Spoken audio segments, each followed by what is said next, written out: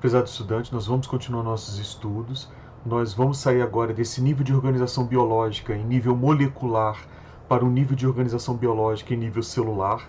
Então, nós vamos iniciar a temática membrana plasmática. Nesta aula, nós vamos ver, primeiramente, a função e a característica geral dessas membranas plasmáticas. Passaremos depois a estudar a composição química dessa membrana, destacando os principais componentes químicos que formam as membranas biológicas, e por fim nós estudaremos os tipos de transportes que ocorrem nessa membrana. Bom, a célula ela pode ser entendida como um pequeno compartimento. Então, como todo compartimento, nós temos um espaço delimitado por uma parede. Então, se nós olharmos essa ilustração aqui, nós vamos perceber que a membrana plasmática ela forma uma estrutura delimitante, ou seja, ela isola ou cria um espaço interno de um meio externo. Isso é importante por quê? Porque a identidade físico-química desse espaço interno ela fica preservada, uma vez que as condições químicas do meio externo elas são altamente instáveis.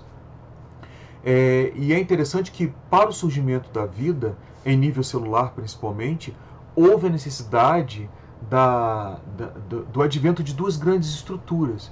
Então, o primeiro seria uma molécula que tivesse nela mesma instruções para orientação de sua replicação. Então, nós temos aí o DNA e o RNA, que são moléculas que possuem informações em termos instrucionais para criar uma cópia de si mesma.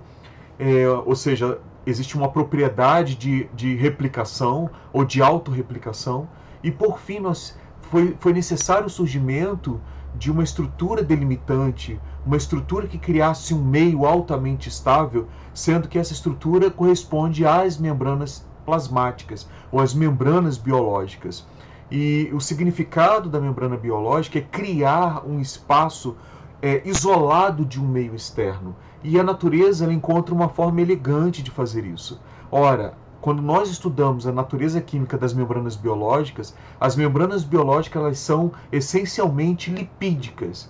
Então, pelo fato do lipídio não se dissolver em água, a maioria das substâncias que se dissolvem em água, elas não têm acesso livre ou trânsito livre por essa estrutura essencialmente lipídica. Então, ter um delimitante essencialmente lipídico é importante, por quê? Porque a maioria das substâncias elas se dissolvem em água, então a maioria das substâncias elas encontram dificuldade de ultrapassar essa barreira essencialmente lipídica ou hidrofóbica. Bom, a membrana plasmática, então, como foi dito, ela é constituída essencialmente de lipídios, mas ao mesmo tempo, se nós tivéssemos só lipídio, nós teríamos uma barreira perfeita, entretanto, as substâncias hidrofílicas estariam impedidas de ter acesso a essa célula. E o fato é que também a célula produz substâncias tóxicas, substâncias essas que são hidrofílicas. Então, a membrana plasmática tem artifícios para permitir que moléculas ou partículas hidrofílicas selecionadas, elas consigam ter esse trânsito por esta membrana, por essa barreira que inicialmente é essencialmente lipídica. Então nós temos aqui, por exemplo, uma proteína formando uma espécie de corredor para que determinadas substâncias hidrofílicas consigam atravessar esse campo hidrofóbico de um lado ou para o outro lado. Bom, aqui nós temos uma membrana plasmática artificialmente criada, onde só há o componente lipídico da membrana. Nós podemos perceber que as moléculas hidrofóbicas elas atravessam com facilidade essa estrutura em bicamada lipídica. Então, portanto, gases respiratórios como o oxigênio, gás carbônico, eles conseguem atravessar essa membrana lipídica. Quando nós olhamos as moléculas polares pequenas, elas já têm uma certa dificuldade de ultrapassar essa barreira. Então nós temos aí a água, a molécula de água, ela atravessa, porque muitas vezes nós vamos encontrar que esses lipídios eles têm determinados movimentos esses de troca de posição em uma das camadas ou movimentos rotacionais, e essas moléculas, mesmo sendo polares, elas conseguem se comportar como projéteis e atravessar, se aproveitando dessa mobilidade desses lipídios. Por outro lado, moléculas polares maiores, elas ficam bastante restritas quanto ao acesso ao meio intracelular, devido a essa barreira lipídica. E por fim, nós temos essas substâncias carregadas eletricamente que são totalmente impedidas de atravessarem essa bicamada lipídica. Então, estruturalmente, nós podemos compreender que a membrana plasmática ela é constituída de 2 folhetos lipídicos. Esses folhetos lipídicos têm como principal representante o fosfolipídio, e aí a gente precisa lembrar que o fosfolipídio é uma molécula anfipática, ou seja, existe uma região hidrofílica e uma região hidrofóbica nesta molécula. Então a região hidrofílica é representada por essas cabeças, que são as cabeças polares, elas estão voltadas tanto para o meio externo quanto para o meio intracelular, e nós temos aqui as moléculas que são os ácidos graxos, formando uma cadeia hidrocarbônica no centro dessa bicamada lipídica, ou seja, existe um campo altamente hidrofóbico no centro da bicamada lipídica da membrana plasmática, que corresponde à membrana plasmática. E aí nós podemos ainda perceber que algumas proteínas atravessam inteiramente essa membrana e outras estão aderidas de forma não tão integrais, de formas parciais, a ocupar somente um folheto. E por fim nós temos resíduos de carboidratos na superfície. Então a membrana plasmática atualmente ela é concebida como uma estrutura em bicamada, sendo que o centro dessa bicamada é altamente hidrofóbico.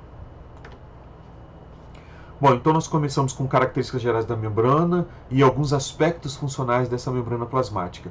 Então essa ilustração aqui, ela demonstra justamente essa propriedade de compartimentalização que a membrana plasmática confere às células. Então as células elas podem ser compreendidas como pequenos compartimentos. Nós temos aqui o interior dessas células apresentando um ambiente químico altamente estável em relação ao meio externo. Nós temos também várias estruturas compartimentalizadas nesse tipo celular, que são as células eucarióticas. Então nós estudamos, ou vamos estudar ainda, que existem 2 modelos de células, um modelo procariótico e um modelo eucariótico. Nos modelos procarióticos, nós temos o citoplasma, como elementos celulares nós temos o citoplasma e a membrana plasmática, e nas células eucarióticas nós temos um compartimento adicional, que é o núcleo, delimitado pela membrana nuclear ou pela cariomembrana. Então nós podemos perceber aqui que todas essas células são eucarióticas. Mas as células eucarióticas têm estruturas que são chamadas de organelas, que na verdade são subcompartimentos delimitados por também membranas que têm a mesma natureza biológica das membranas plasmáticas, ou seja, são feitas de fosfolipídios, essencialmente fosfolipídios com proteínas mergulhadas, e nós vamos entender que cada subcompartimento desse tem um conjunto de enzimas e, portanto, tem um conjunto específico de reações químicas acontecendo ali e, portanto, vão exercer funções diferentes. Mas vejam aí o papel da membrana nesse aspecto de formar compartimentos e, com isso, conferir ali uma certa identidade química e, de certa forma, uma certa identidade funcional. Bom, então quando nós analisamos as funções das membranas plasmáticas, nós podemos identificar algumas funções. A primeira função é essa, de formar um compartimento com uma identidade físico-química característica e, portanto, com uma capacidade funcional característica. Nós podemos ver também as membranas participando de interações, de adesões entre as células e entre as células e o material onde elas estão assentadas. Então aqui é óbvio, uma ilustração representativa, né? Mas nós podemos ver aqui, por exemplo, um suporte, e essa membrana plasmática ela vai ter proteínas que vão aderir a célula a esse suporte, e isso acontece nos tecidos. Nós vamos ver, por exemplo, o tecido epitelial. O tecido epitelial ele está assentado num assoalho chamado de membrana basal. Mas quem ancora essas células na membrana basal são proteínas. Então a gente vê que as proteínas das membranas elas estão participando das interações entre as células e também das interações com componentes presentes no meio extracelular. Recepções de sinais. Então, as membranas plasmáticas elas vão funcionar como uma espécie de sensor para detectar as demandas ambientais. Então, por exemplo, nós podemos ter glicose no meio extracelular, só que essa glicose ela precisa ser importada, ela precisa entrar na célula. Então nós temos sensores presentes na membrana plasmática, na superfície, voltada para o meio extracelular, e esses sensores eles vão ser ativados, principalmente pela insulina. Eles são ativados e quando eles são ativados, transportadores de glicose vão para a superfície e formam uma espécie de corredor para que a glicose ela consiga atravessar a membrana plasmática e ganhar o espaço intracelular. A membrana plasmática ela pode ser especializadas em determinadas funções fisiológicas, por exemplo, transmissão de impulsos nervosos. Então nós temos aqui os neurônios. Os neurônios eles vão concentrar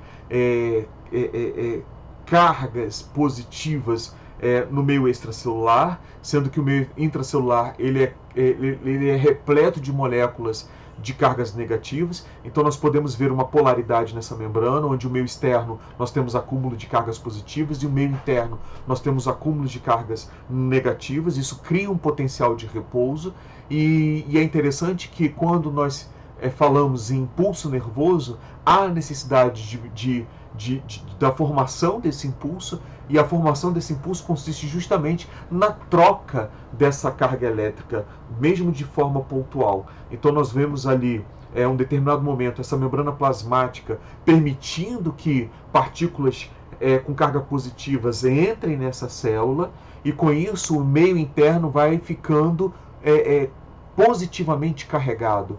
E essa mudança dessa carga elétrica caracteriza o início do impulso nervoso. E isso vai sendo transmitido ao longo dessa célula. Então nós podemos perceber que a membrana plasmática ela participa na concentração diferenciada de partículas com cargas elétricas, criando ali regiões onde essas cargas elétricas podem ser acumuladas, e com isso você pode ter ali uma espécie de energia potencial elétrica. Isso vai ser importante, por exemplo, na formação do ATP, que é uma molécula que armazena a energia extraída das moléculas orgânicas que foram importadas pelas células. Por fim, mobilidade celular. A membrana plasmática ela participa de deslocamentos celulares, ela participa de processos de transmigração, por exemplo, de células que estão na corrente sanguínea para o tecido, e a gente vai ver um pouquinho dessas funções de forma mais particular. Então, a primeira função óbvia da membrana plasmática é a criação de um compartimento. Então nós podemos perceber aqui a membrana plasmática, dupla camada, isso pode ser visto em microscopia eletrônica. Nós podemos ver aqui a formação de dois compartimentos. Então, a importância, como já foi falado, é o fato dessa membrana ser essencialmente lipídica, e com isso ela impede o trânsito livre de substâncias hidrofílicas.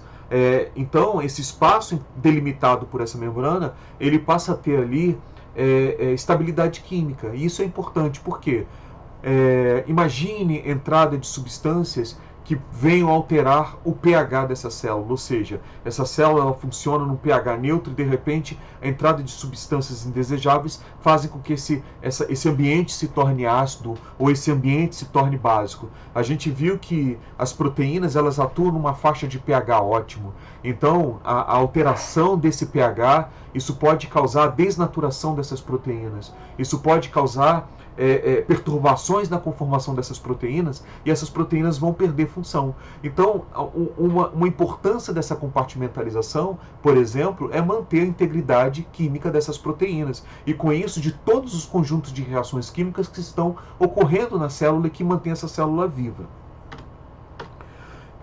Nós podemos ver aqui nessa ilustração que, se nós formos analisar a concentração de determinadas substâncias, tanto no meio intracelular quanto no meio extracelular, elas são diferenciadas. Isso se dá graças à permeabilidade seletiva dessa membrana plasmática. Ou seja, essa membrana plasmática, ela tem ali, ela exerce controle das substâncias que entram e que saem da célula, e com isso nós criamos aí dois ambientes diferenciados em termos de composição química. Então nós podemos perceber que o meio intracelular é preenchido por um líquido, obviamente, e o meio extracelular também é preenchido por um líquido. Então nós conseguimos compreender que existe o líquido intracelular, o líquido extracelular, e quando nós vamos analisar as composições químicas desses líquidos, essa composição é diferenciada. Chamo a atenção aqui para a concentração do sódio. O sódio ele é muito mais concentrado, ou seja, existe uma quantidade maior de partículas de sódio no meio extracelular do que no meio intracelular. Mas quando a gente analisa a quantidade de potássio, existe uma quantidade maior de potássio no meio intracelular do que no meio extracelular. Quando a gente analisa a concentração, por exemplo, dos íons cálcios, os íons cálcios estão muito mais concentrados no meio extracelular do que no meio intracelular, e com isso a gente pode avaliar aí as concentrações das outras substâncias. Por exemplo, do fosfato, que tem carga negativa, ele é muito mais concentrado no meio intracelular do que no meio extracelular.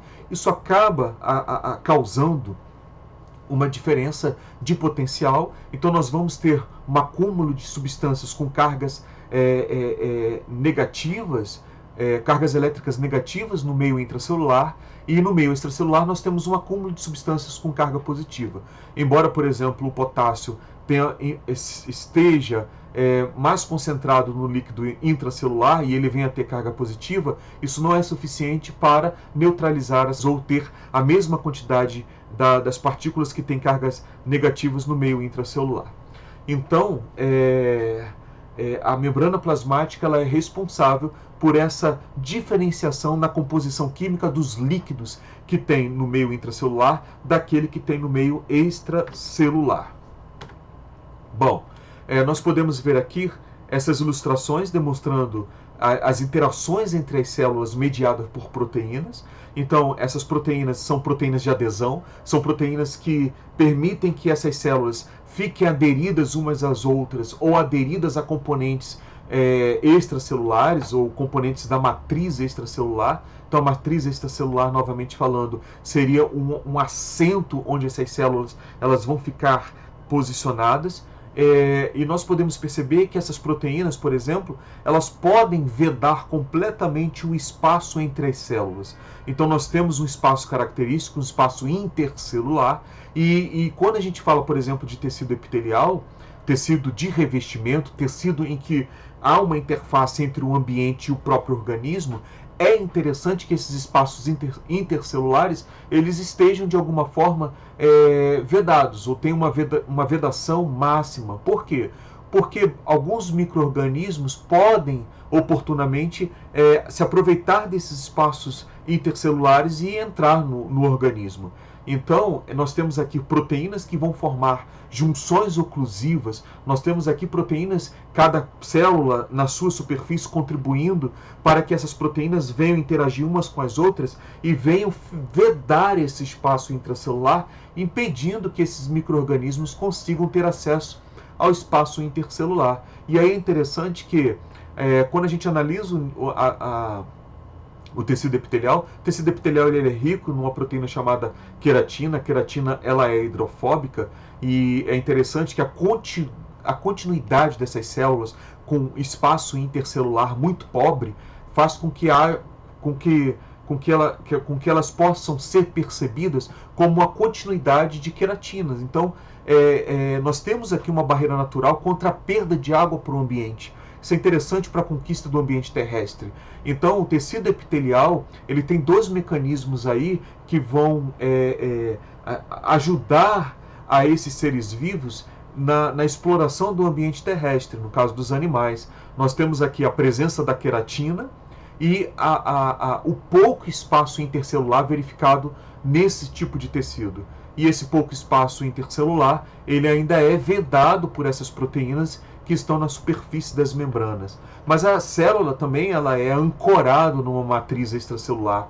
Então, por exemplo, aqui nós temos o tecido epitelial, nós temos o tecido conjuntivo, ali nós vamos ter fibras de colágeno e mais internamente nós vamos ter as células adiposas, mas o tecido conjuntivo e o tecido epitelial, eles estão separados por uma membrana,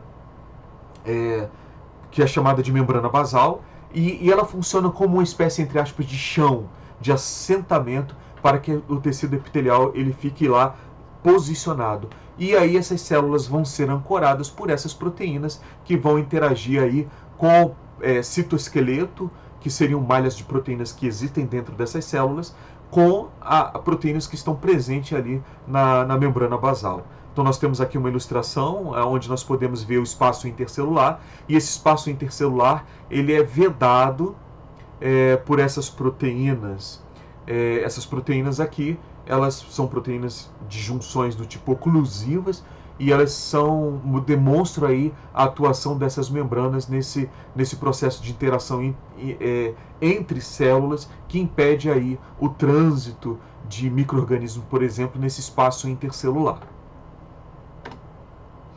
Então aqui, ó, essas junções oclusivas sendo bastante visualizada nessas células. Então aqui eu tenho o espaço intercelular, aqui eu tenho a célula A, vamos dizer assim, a célula B, e nós temos aqui no espaço intercelular uma oclusão, e essa oclusão é feita por proteínas de ambas as membranas, evitando assim que micro-organismos consigam ter acesso ao espaço intercelular e com isso invadir o organismo.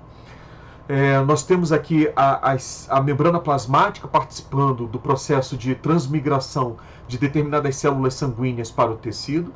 Então, por exemplo, em casos de infecção bacteriana, há a necessidade de determinadas células do sistema imunológico sair da corrente sanguínea e invadir esses tecidos para combater essas bactérias. Uma dessas células é o neutrófilo. Então, os neutrófilos corresponderiam às células capazes de, entre aspas, comer, fagocitar as bactérias, mas essas células chamadas neutrófilos, elas estão na corrente sanguínea. Então, como se dá o mecanismo de deslocamento desses neutrófilos para os tecidos? Nós temos as bactérias, essas bactérias elas produzem substâncias químicas, essas substâncias químicas, junto com substâncias produzidas pelo tecido que está sendo lesado, elas são lançadas na corrente sanguínea, e isso cria aí um gradiente de concentração. O que eu quero dizer com isso? Em pontos mais próximos ao sítio da lesão, nós temos uma alta concentração dessas moléculas. Em pontos mais afastados, nós temos poucas concentrações dessas moléculas. Os neutrófilos são atraídos indo em direção onde essas moléculas estão ficando progressivamente mais concentradas. Só que quando chega próximo ao ponto da infecção, os neutrófilos interagem com proteínas na superfície da parede desses capilares. Então a parede do capilar ela é feita por células chamadas de células endoteliais. Então essas células elas possuem proteínas de ancoragem na sua superfície, e os neutrófilos possuem proteínas que interagem com essas proteínas de ancoragem, vamos dizer assim. Se vocês prestarem atenção, nós temos aqui resíduos de carboidratos ou de glicoproteínas presentes nessa superfície das células que formam a parede capilar, e isso se dá de forma alternada. Isso é interessante por quê? Porque o neutrófilo ele ancora, ele interage com uma dessas glicoproteínas, e ao voltar a sua face para frente, existe lá uma outra proteína que reconhece uma glicoproteína que está presente também aí na superfície desses endotélios. E com isso, essa alternagem faz com que essa célula acabe rolando na superfície endotelial, até que chega um determinado momento em que ela pode transmigrar. Ela sai do interior ou da luz do capilar para o tecido, e lá no tecido ela vai exercer a fagocitose dessas bactérias que estão presentes. Então vejam aqui que a transmigração dos neutrófilos da luz dos capilares para o tecido conjuntivo se dá através de interações entre proteínas ou glicoproteínas que estão presentes na superfície, tanto dos neutrófilos como na superfície dessas células endoteliais que formam esses capilares. Então nós temos aqui a membrana plasmática funcionando como uma espécie de sensor.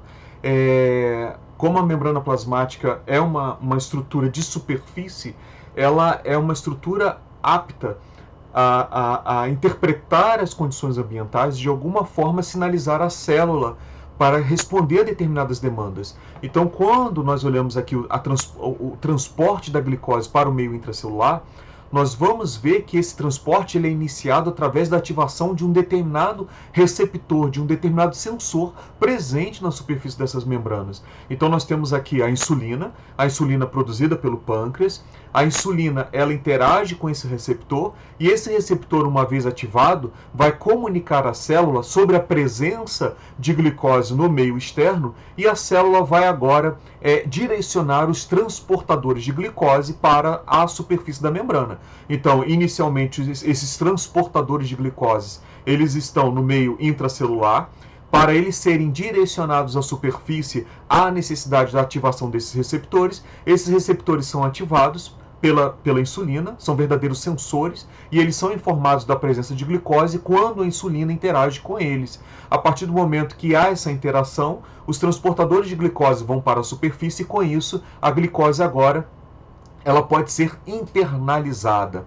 E aqui fica claro, se há uma falha, por exemplo, nesses receptores, ou até na produção da insulina, nós vamos ter o acúmulo de glicose no sangue e isso está associado ao diabetes mellitus.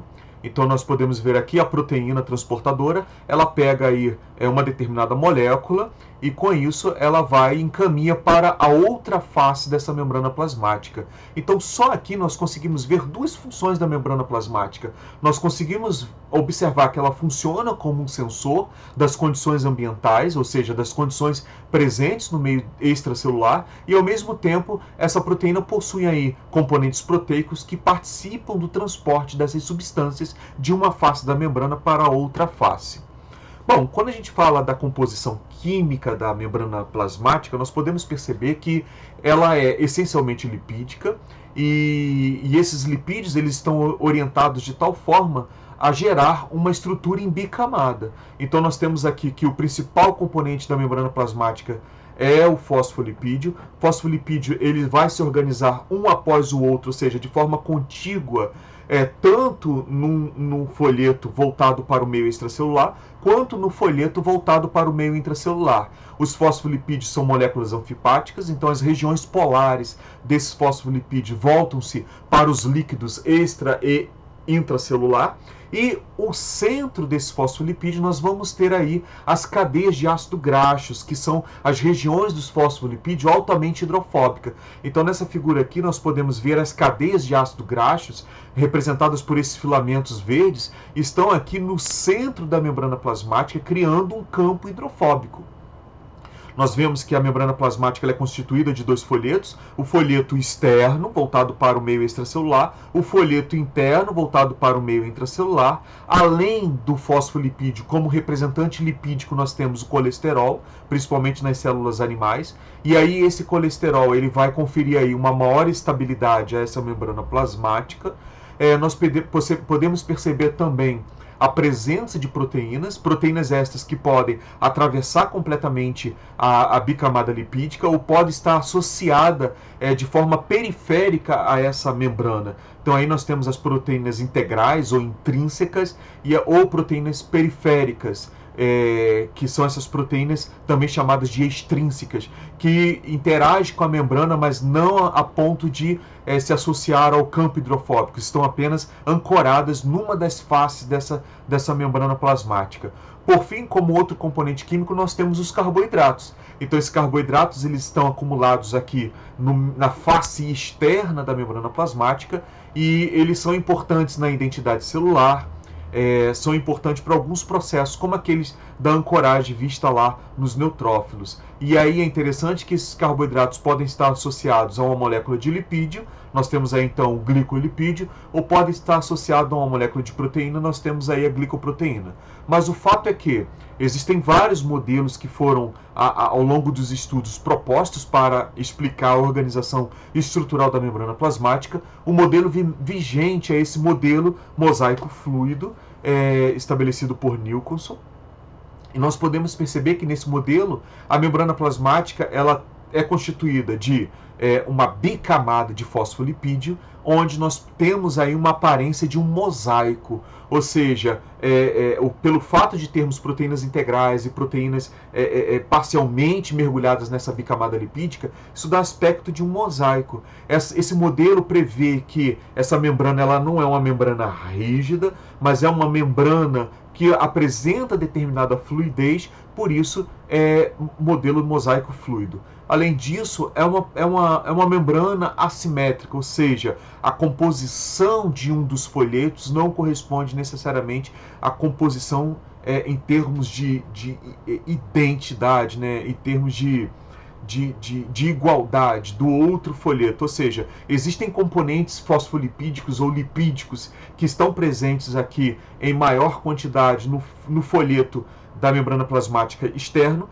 do que aquele do folheto da membrana voltado para o meio intracelular. Então, disse aí que a membrana plasmática ela é assimétrica em termos de constituição estrutural. Bom, o principal componente lipídico da membrana plasmática é o fosfolipídio. Então, o fosfolipídio, novamente, é uma molécula que apresenta duas regiões. Uma região polar, que tem afinidade pela água, ou uma região hidrofílica, e uma região apolar. Essa região apolar é uma região hidrofóbica. Então, para compreendermos isso, nós precisamos entender quais são as substâncias químicas que compõem o fosfolipídio. Então, nós temos aqui o glicerol. O glicerol é um álcool que apresenta 3 hidroxilas. Cada hidroxila atua como um sítio de recepção para ácido graxos, por exemplo.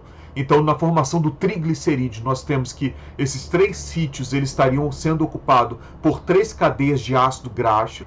Quando nós analisamos os ácidos graxos, na verdade, eles têm lá uma extremidade que apresenta um grupo carboxílico, mas esse carbono do grupo carboxílico ele está associado a uma cadeia de carbonos que se liga somente ao hidrogênio.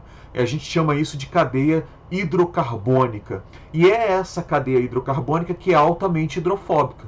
Então aqui novamente nós temos o grupo carboxílico. O grupo carboxílico ele é caracterizado por uma carbonila. Toda vez que nós temos esse carbono fazendo uma dupla ligação com o oxigênio, nós temos uma carbonila. E aí, como o carbono faz 4 ligações, nós vamos ver que uma dessas ligações é uma hidroxila. Então toda vez que eu tenho aqui um carbono do tipo fazendo uma dupla ligação com o oxigênio, formando uma carbonila ligada a uma hidroxila, esse grupo funcional em termos de composto químico é um ácido carboxílico, sendo que esse ácido aqui ele está ligado a uma cadeia de hidrocarbonetos ou uma cadeia hidrocarbônica.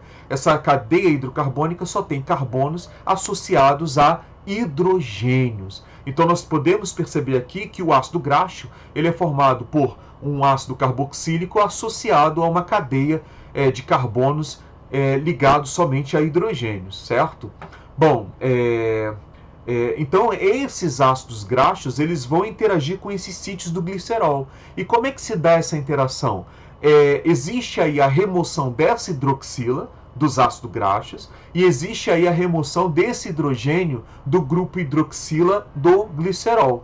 Então, quando sai esse hidrogênio e sai essa hidroxila, na verdade, sai uma molécula de água.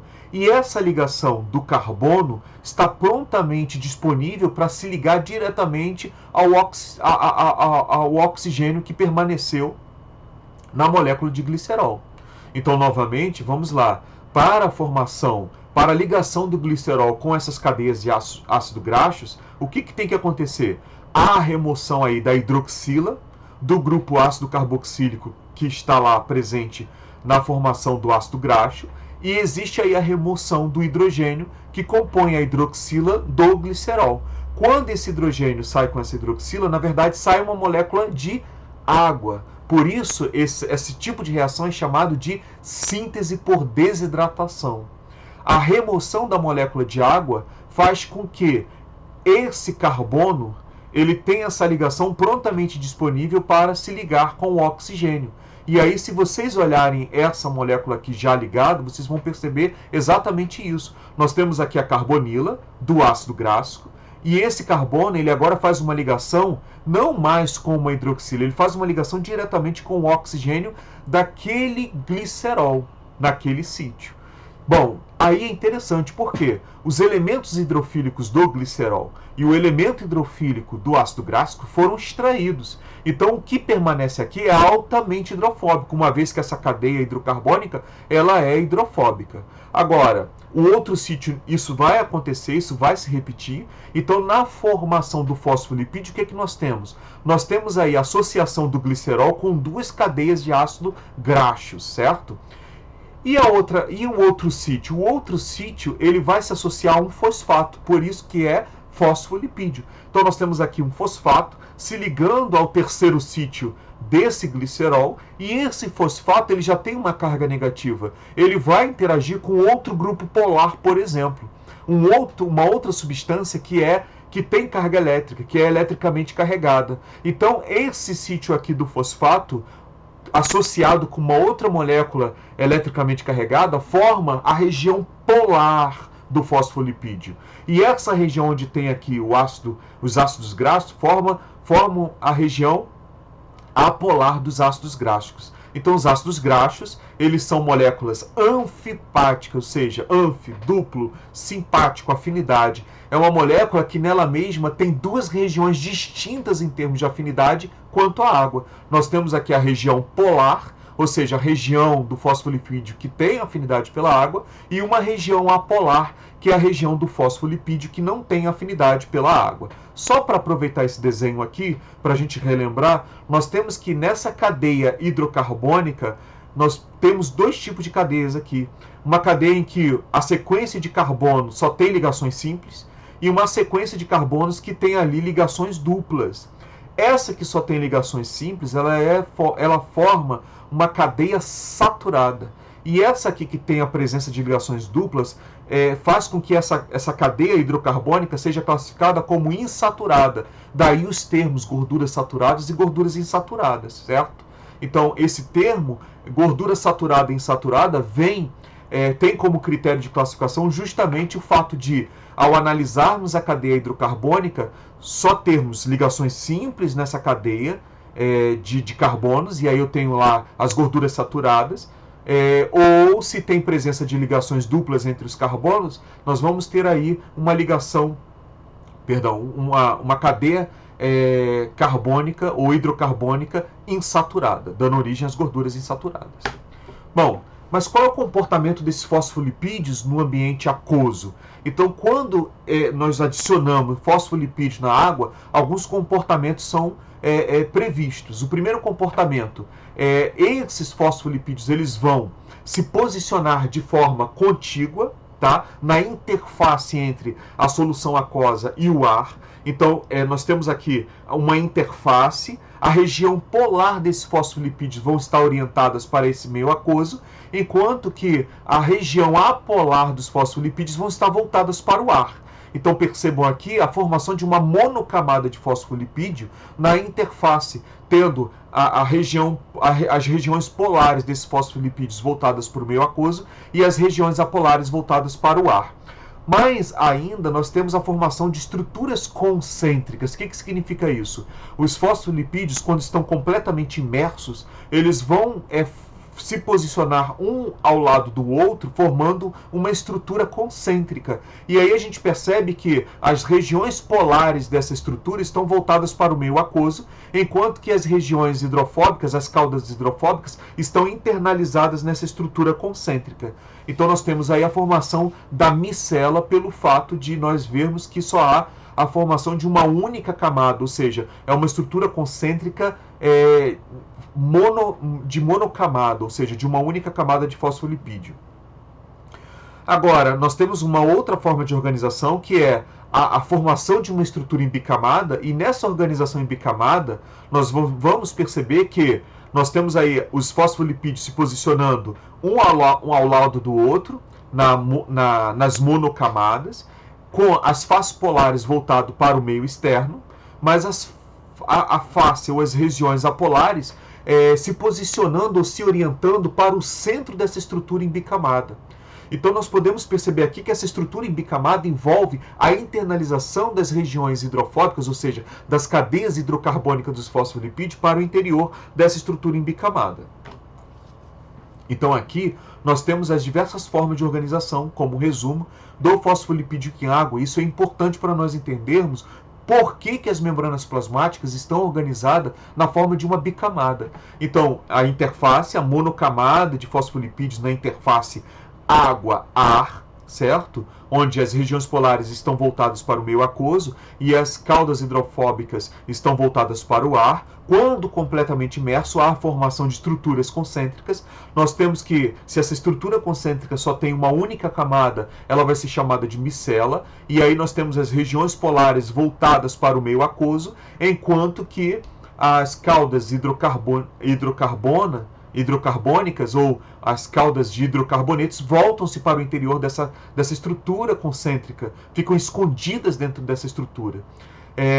Por outro lado, nós podemos ter uma estrutura concêntrica formada em bicamada. Então nós temos aqui, por exemplo, essa estrutura que é chamada de lipossomo, onde a monocamada mais interna tem as suas regiões polares voltadas para a água, aprisionadas nessa estrutura concêntrica.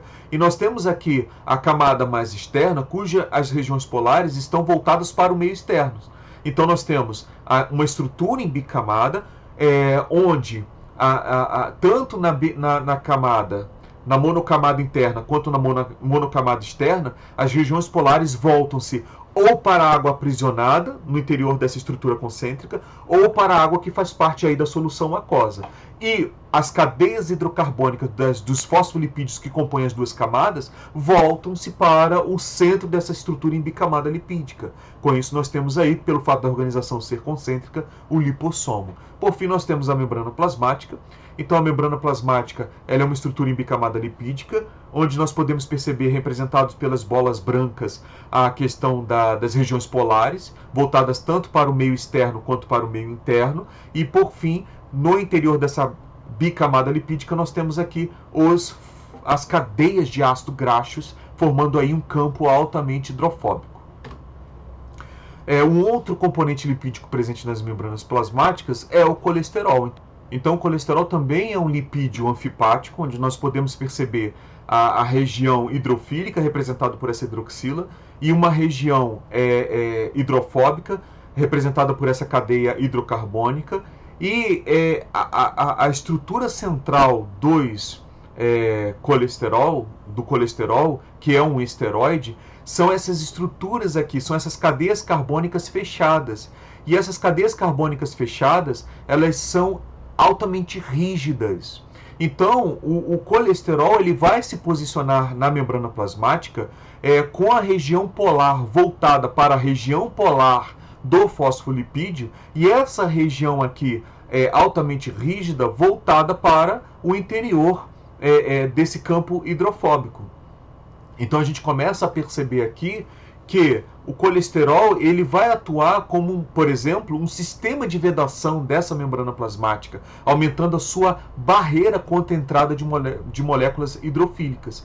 Então, por exemplo, ao se intercalar entre os fosfolipídios, o colesterol ele aumenta essa barreira, e essas moléculas de água, por exemplo, elas vão encontrar dificuldade de penetrar nessa membrana plasmática pela presença aí do colesterol. O colesterol também é importante por dar estabilidade a essa membrana plasmática quando ela é submetida à variação de temperatura.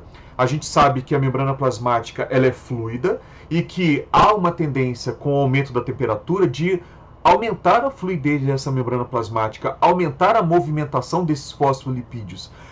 No caso, a presença aí do colesterol cria uma estabilidade porque diminui essas movimentações desses fosfolipídios, e isso é importante em altas temperaturas. Além disso, nós vamos ver que em baixas temperaturas há uma tendência desses fosfolipídios se associarem, formando uma estrutura cristalizada. Só que, pelo fato do colesterol estar intercalado entre os fosfolipídios, ele também previne a cristalização da membrana plasmática. Bom, uma outra função do colesterol é auxiliar na formação de micro-regiões ao longo dessa membrana plasmática. Então, o colesterol ele participa, por exemplo, da criação de micro-regiões ou microdomínios ao longo dessa membrana plasmática. Nós vamos verificar que existem regiões na membrana plasmática onde a fluidez ela é bastante reduzida. E aí, quando a gente analisa a composição aí dessas regiões, existe aí uma alta concentração desse colesterol. Isso é importante para a mobilização de determinadas proteínas. Ora, se a membrana plasmática é fluida, há também uma tendência dos componentes proteicos migrarem ou transitarem ao longo dessa membrana.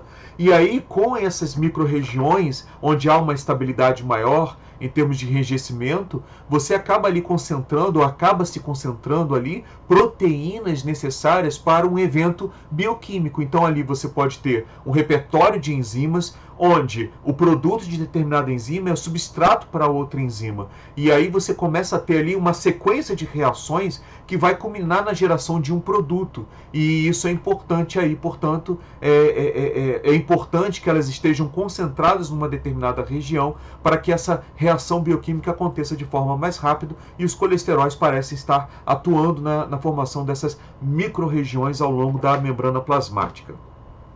Bom, quando a gente analisa os componentes químicos das membranas, eles podem variar. Então a membrana plasmática praticamente tem aí 50% de fosfolipídio ou de componente lipídico e 50% de proteínas. Na membrana mitocondrial interna, nós vamos ter aí mais proteínas do que lipídio, e nas mielinas, na mielina, que seria aí um envoltório lipídico adicional à membrana plasmática dos neurônios, na sua região axônica, nós vamos ter aí uma alta concentração de lipídios na formação dessa bainha de gordura, que vai funcionar como um isolante aí nos axônios para aumentar a velocidade do impulso nervoso.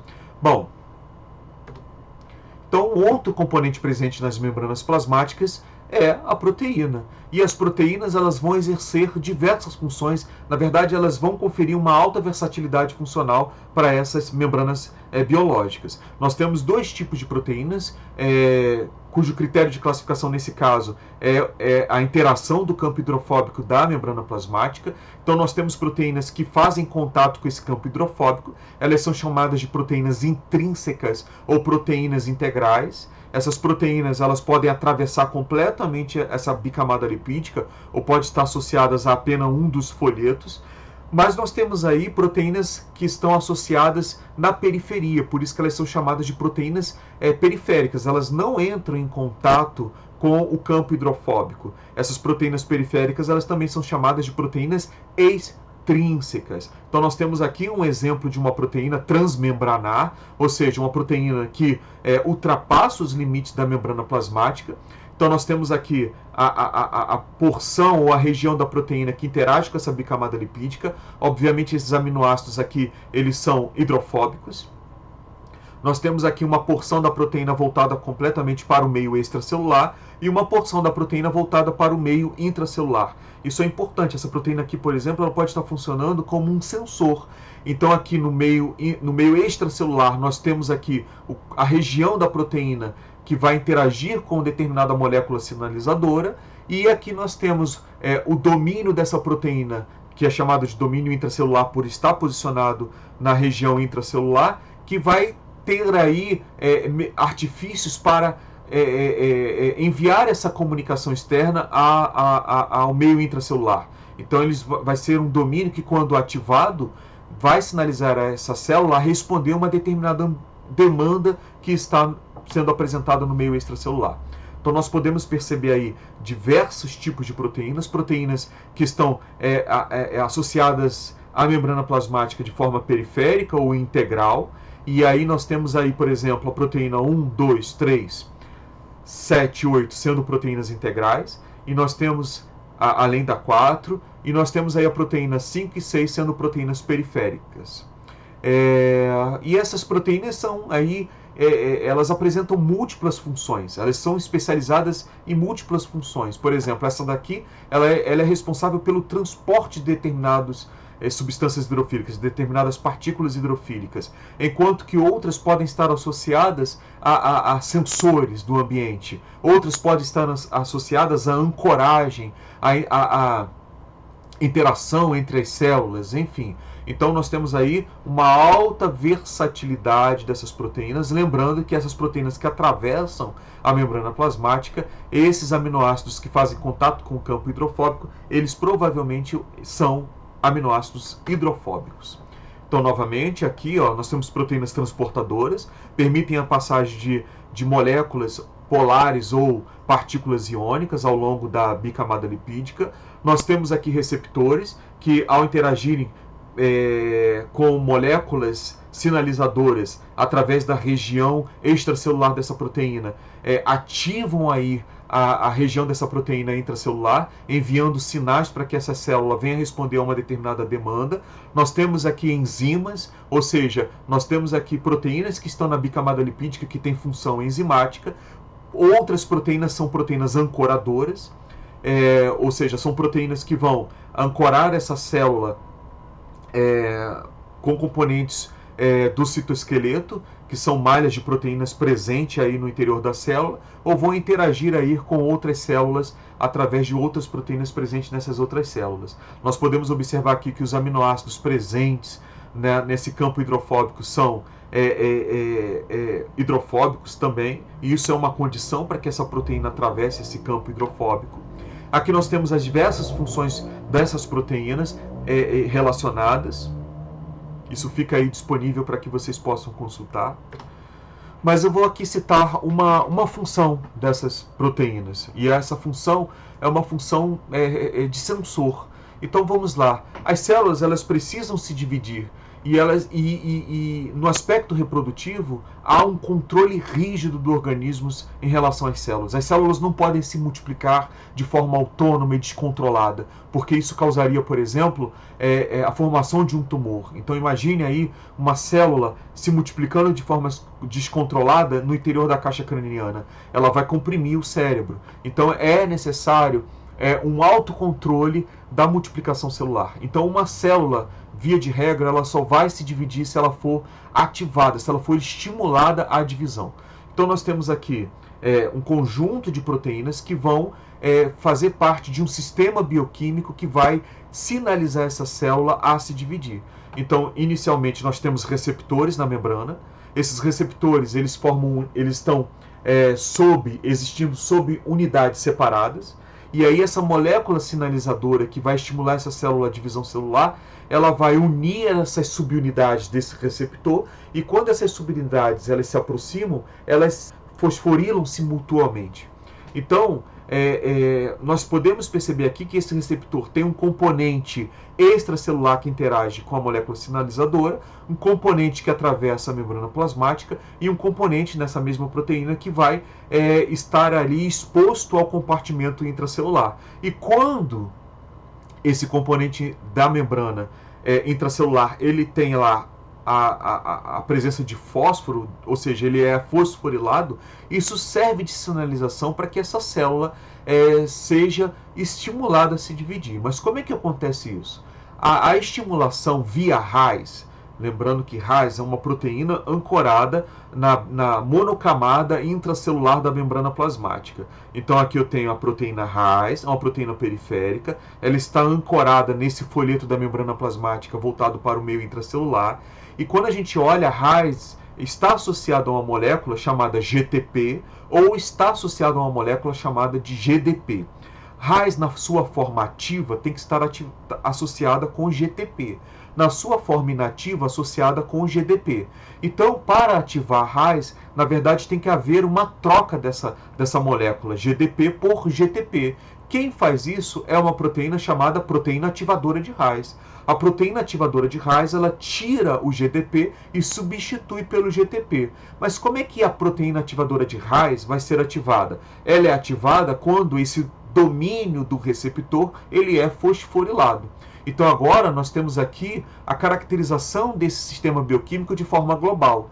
Como é que isso acontece? Nós temos lá as moléculas sinalizadoras. Essas moléculas sinalizadoras elas vão atuar nessas subunidades do receptor. Essas subunidades se aproximam, se fosforilam mutualmente. Isso serve de sinal no espaço intracelular para ativação da proteína ativadora de Reis. A proteína ativadora de Reis ela vai remover GDP e substituir esse GDP por GTP, e com isso a proteína Reis ela é ativada. A proteína Reis continua emitindo sinais para essa célula se dividir. Então isso é importante, por exemplo, nas situações onde a pessoa está em alta altitude. Ela está em alta altitude, está faltando oxigênio, ela precisa de mais eritrócitos. Os eritrócitos são fabricados no interior dos ossos, num tecido chamado de medula óssea. Então nós temos aqui, por exemplo, células sensoriais presentes no rins que vão pressentir a deficiência de oxigênio na corrente sanguínea, e essas células vão produzir um hormônio. Esse hormônio é chamado de eritropoetina. Essa eritropoetina seria uma molécula sinalizadora que, quando chega na medula óssea, atua numa célula precursora, numa célula que ainda não está amadurecida, e faz com que essa célula se multiplique, mas se especializando no eritrócito, nas hemácias, e aí você começa a ter aumento das hemácias por esse mecanismo de sinalização e de reprodução celular.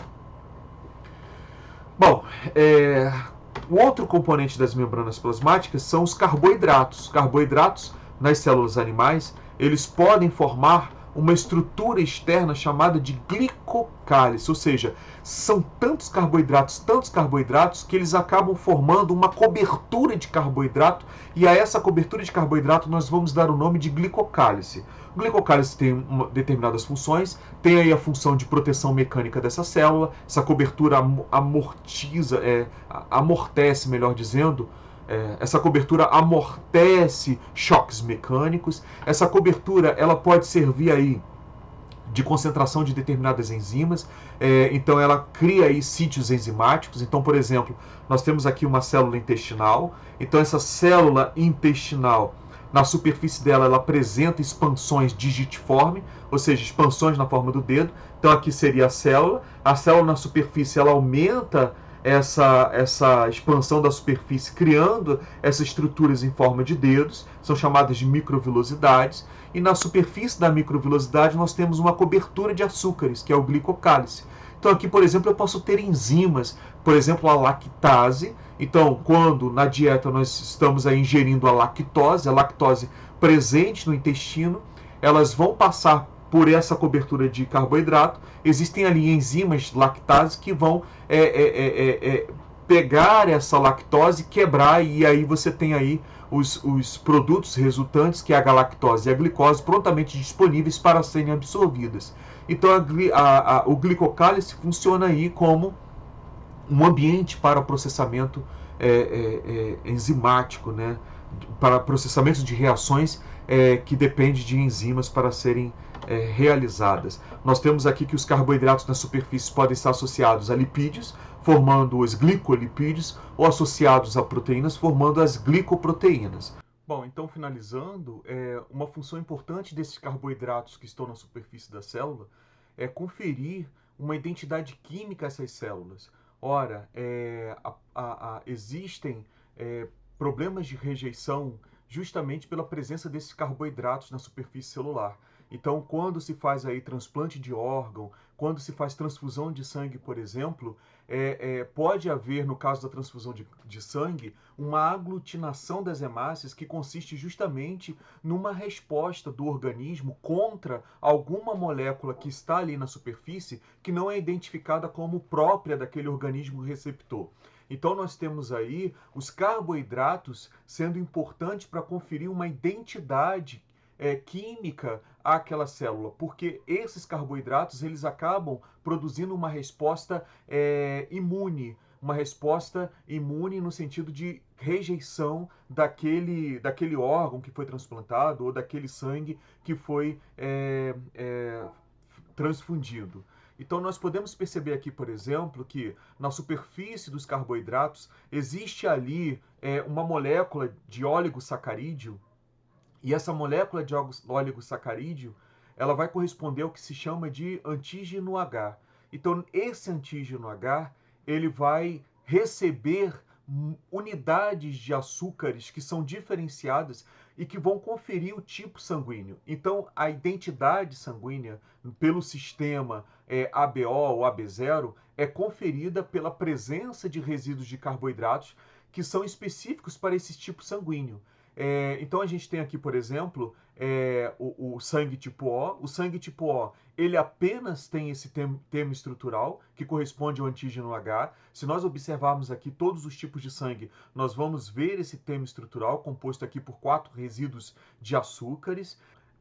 O que vai diferenciar eles é a adição desse monossacarídeo, que é diferente para os diversos tipos sanguíneos que existem aqui no sistema AB0. No caso do sangue O, do sangue zero, não há a adição de nenhum resíduo de açúcar, então você não tem aí a adição nem daquele monossacarídeo que vai dar a identidade do sangue tipo A e nem aquele que vai corresponder ao tipo sanguíneo B.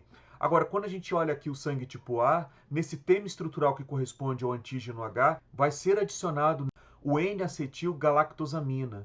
Então, esse açúcar, N-acetilgalactosamina, ele vai ser adicionado nesse termo estrutural, que corresponde ao antígeno H, e ali você vai ter o sangue tipo A. No sangue tipo B, nós temos ali a adição da galactose. Então, ao invés de ser adicionado N-acetilgalactosamina, é adicionado a galactose. E aí o que a gente percebe? O que está diferenciando aqui é a presença de uma glicosiltransferase. Então existe uma enzima chamada glicosiltransferase e essa enzima ela é específica para cada tipo sanguíneo.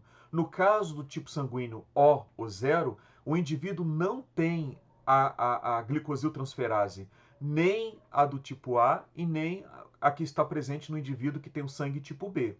Quando nós estamos diante de um indivíduo com sangue tipo A, ele vai ter uma glicosiltransferase que vai transferir ou vai adicionar, melhor dizendo, o monossacarídeo N-acetilgalactosamina a esse termo estrutural que corresponde ao antígeno H. Agora, quando nós estamos diante de um indivíduo que tem um sangue tipo B, ele na verdade tem ali uma glicotransferase que vai adicionar a esse tema estrutural uma galactose.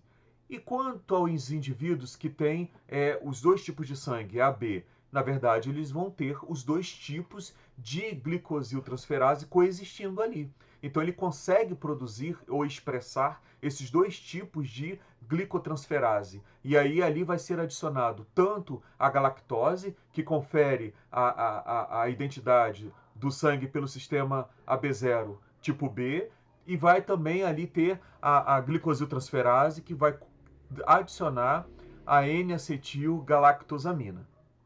Bom, então o sistema AB0 ou ABO, ele na verdade vai depender justamente da presença nesses indivíduos de enzimas capazes de adicionar monossacarídeos. E aí, se essa enzima adiciona um monossacarídeo lactose, nós vamos ter ali o indivíduo tendo o sangue tipo B. Se adiciona N-acetilgalactosamina, vai ter o tipo A. Se ele tem os dois tipos de enzima, nós vamos ter aí a presença desses monossacarídeos, tanto a galactose quanto a N-acetilgalactosamina presente na superfície das hemácias. E aqueles que não têm nenhuma das enzimas, eles não vão ter a adição desses monossacarídeos, e ali na superfície dele então só vai ter o termo estrutural, que é o antígeno H, e portanto eles vão ser classificados como tipo sanguíneo O ou 0 nesse sistema BO. Isso é importante porque, veja bem, apenas um único monossacarídeo, um único resíduo de carboidrato é suficiente para gerar uma resposta imunogênica contra a superfície tanto dessas hemácias, quanto no caso dos órgãos, que aí é uma outra substância imunogênica, mas o fato é que nós começamos a perceber que a presença desses carboidratos é capaz de desenvolver uma resposta imunológica que, se não compatível, você tem ali a rejeição, ou no caso da transfusão sanguínea, a aglutinação das hemácias. E aí a aglutinação dessas hemácias faz com que haja ou tenha essa possibilidade de obstrução de vasos sanguíneos, e isso pode levar o indivíduo à morte. Então, nós estamos percebendo aqui que a membrana plasmática, ela tem na sua constituição estrutural principalmente lipídio e proteína, então a gente pode dizer que a membrana plasmática ela é lipoproteica, além dos compostos orgânicos, fosfolipídio, colesterol, que corresponde à classe de lipídios, e proteínas, que vão fazer parte dessa membrana, nós temos aí os carboidratos. Os carboidratos eles vão ficar na superfície, formando, no caso das células animais, o glicocálice. E o glicocálice ele tem, além dessas funções de ofertar aí uma estrutura mecânica que vai amortecer determinados choques e proteger a célula de choques mecânicos, vai ainda ter a função de apresentar ali retenção de enzimas, fazendo com que haja a formação de um sítio enzimático e, por fim, vai conferir identidade a essa célula, identidade química a essa célula, que é importante nos processos de transfusão e nos processos de transplante de órgão. Então a gente termina aqui essa primeira parte do estudo da membrana plasmática e nós vamos para uma segunda parte onde vamos analisar os tipos de transporte de substâncias que ocorrem na membrana plasmática. Até já!